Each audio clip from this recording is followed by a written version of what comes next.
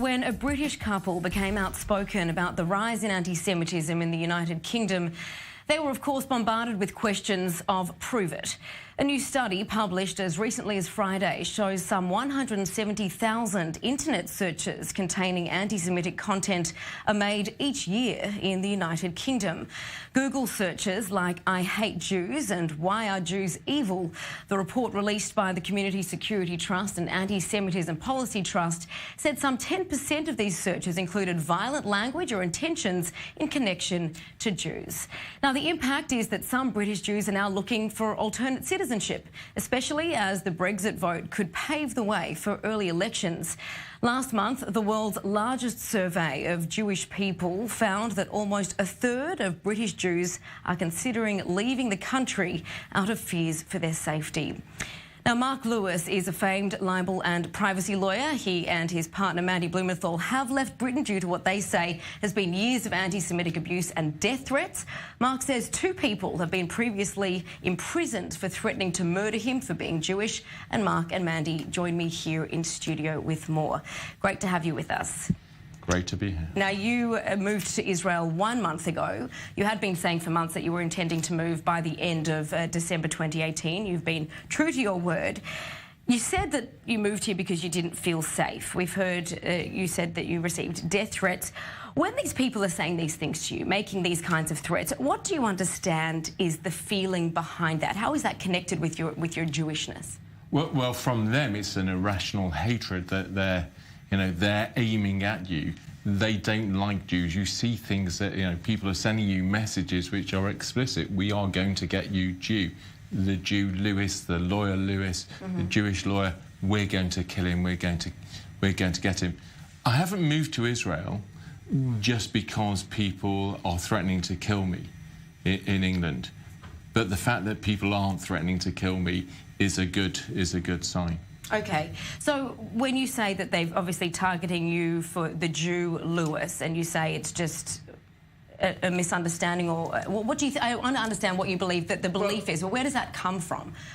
It's an irrational hatred, an old hatred which is coming from right and left, and unfortunately from Islam as well.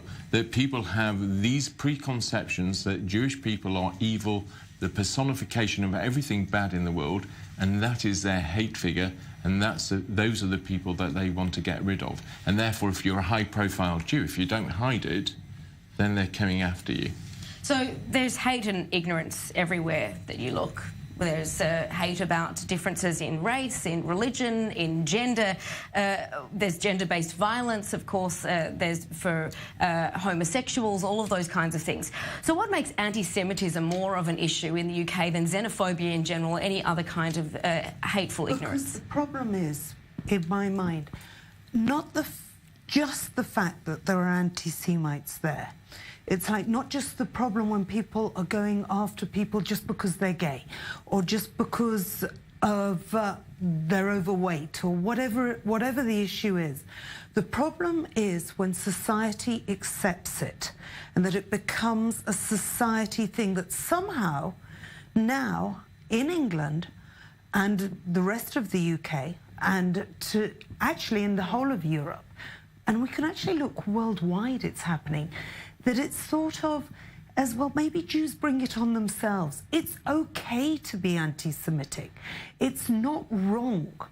It's something that is accepted through institutions. It's not just individuals. So what makes you say that it's something that's accepted, this kind of hate towards Jews is accepted and other kinds of hate is not? Well, all irrational hatred is wrong, whether it is anti-gay or Islamophobia or anything that people hate people for no reason. But the difference with the hatred of Jews is, one, it's first. I mean, what starts with hatred of the Jews doesn't end with hatred of the Jews. But it's more important than that. It's the only hatred that is justified by people, that they say, yes, but this is why we hate you, we don't like Israel. What are those reasons, yes, but why we? Well, it can be from a left-wing perspective, we don't like Israel, so you're suddenly held responsible for what Israel might or might not be doing. There's a lot of Israelis who don't agree with government policy, but they don't necessarily hate Israel. Whereas in England, you haven't got the chance to say, well, look, I'm from the left or I'm from the right in terms of Israeli politics, or I don't even like Israel. If you are Jewish, you are disliked because of Israel. Even if you say, and one of the famous people always says, Israel, I'm not interested in Israel. It has no part in my life. Not a particularly practicing Jew, but yet it doesn't matter, because if he says something, I don't like anti-Semitism, he says, but you're just trying to cover up for Israel. And there's that ingrained hatred that enables people to say, we don't like you. Look, from the right, it's we don't like you because you're Jewish. From the left, it's we don't like you because you're associated with Israel. Do you see Israel as a controversial player on the world stage, or...? Well, it is if you live in England, and if you're Jewish in England, it is a very controversial sign. It's not really. It's that people make it. It's that they believe it. The reality and how people see it is, in my mind, two totally separate issues. The fact that people hold Israel to different accounts of any other country in the world. The fact that things are allowed to be said or tolerated about Israel, and that it's okay in certain people's mind that the only country that should be boycotted is Israel. The only country that should have so many UN resolutions against it is Israel. I wouldn't say that that's the truth, that the only country that should be boycotted is Israel, and that's the way that people behave around the world. It's a lot like that. Have a look at how many UN resolutions are against Israel compared to be devil's advocate, of course. Jews don't have the monopoly of being victims. Of course, we've outlined many people that are victims of hate and of hate crimes. Not everybody, though, has a safe place to run to, like Israel. How do you reflect on that? Well, not everyone has a safe place to run to isn't necessarily true, because if you're in England, there is a safe place for you, regardless. If you're not Jewish, if you're a black person, if you're a Muslim person, you can say, look, I want safety, and there's safety here. There are hate crimes towards immigrants. I understand there are hate Mm-hmm. crimes, and we're moving to more and more hate crimes at a time of Brexit in Britain. But there are places to run to, and there are places for homelands for people to go to. Look, Israel did not create anti-Semitism. Anti-Semitism created modern Israel. It's because people didn't have anywhere to go to that they were left with a choice of effectively being, or no choice, of being persecuted and being killed. Now, the current Israeli government, which I understand you support and are great advocates of, is being accused of creating divisions within its own society between... Let me just stop you for one second. Sure. It's different now. I've moved to Israel, and I am trying to do as much research as possible on different parties. I am not sure, and I'll tell you this 100%, who I'll vote for. Sure. I do believe, while I was in the UK, that they were democratically voted in. And it wasn't my place in the UK, while I was resident there, to criticise who was democratically voted into the government. So how do you reflect on it now that you have moved to Israel and you say you are doing more research and you're looking at the social tapestry here in Israel, when, of course, there are divisions between Jews, and even we saw just as recently as yesterday, the Interior Ministry prevented a left-wing British activist, Gary Spedding, from entering into Israel. What do you make of that? Of course, you're talking about the discrimination against Jews just for being Jews, and that's happening here between left-wing and right-wing Jews. Do you know who Gary Spedding is? He is so vile against Israel. He would like the end of the state of Israel. Now, why would a country want to invite someone through, and this goes throughout the world, that actually advocates for the destruction of that country?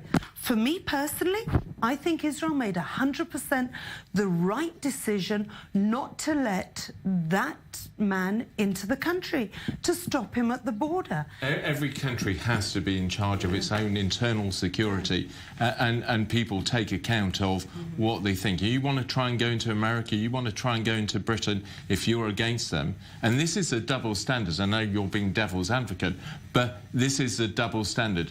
Israel has as much right as France does to turn people down, as America does to turn people down, as Britain does to turn people down. But Israel is a country that will be criticised for doing that. So if you're also saying in Britain there's a lot of links between being anti-Israel and being anti-Semitic, what needs to be done to stamp out anti-Semitism in a country like Britain? Well, let me tell you, because anti-Semitism has existed for thousands of years.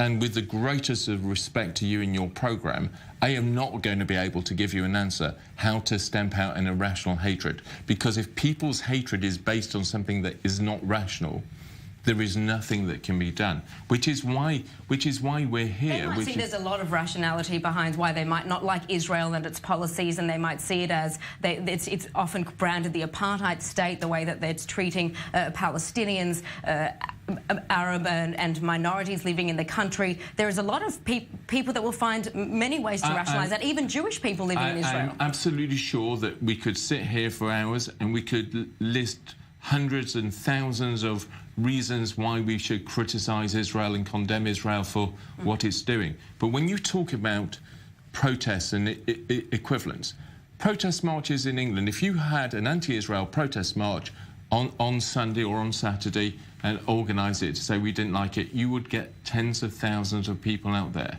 If you said in Syria there are thousands of Palestinians who have been killed and we need to protest against Bashar al-Assad, etc., no one would turn up, maybe 30 hardcore people, and they would be criticising probably Israel's fault for somehow what Bashar al-Assad was doing to Syrians. Well, you're certainly doing your part. You will be speaking at an event here in Tel Aviv about anti-Semitism in the UK. You've only been here 1 month, so no doubt you'll be perpetuating that message here in Israel, and I suppose doing your part to see what you can do. We're speaking at the event through camera, and it's very, very important. It's like the picture behind you saying zero tolerance for anti-Semitism. I always say that things are a little bit like a snowball effect. If you let something pass, that it's okay, it gets a little worse the next time, and then a lot worse, and then really bad. Stop it at the beginning. This is what we all need to do. We have a responsibility to do it, is actually say zero tolerance. Actually, let's nip it in the bud and make sure, whether it's through the authorities, through the courts, and on the streets, all the different ways, whether it's individuals writing in letters, contacting news agencies when they've put something on that just is not the truth as well. We all have our place in society to stop this irrational hatred. From any kind of hate, whether it be anti-Semitism to any kind of, as you put it, ignorant hatred, of course that should be stamped out not only in Britain but around the world.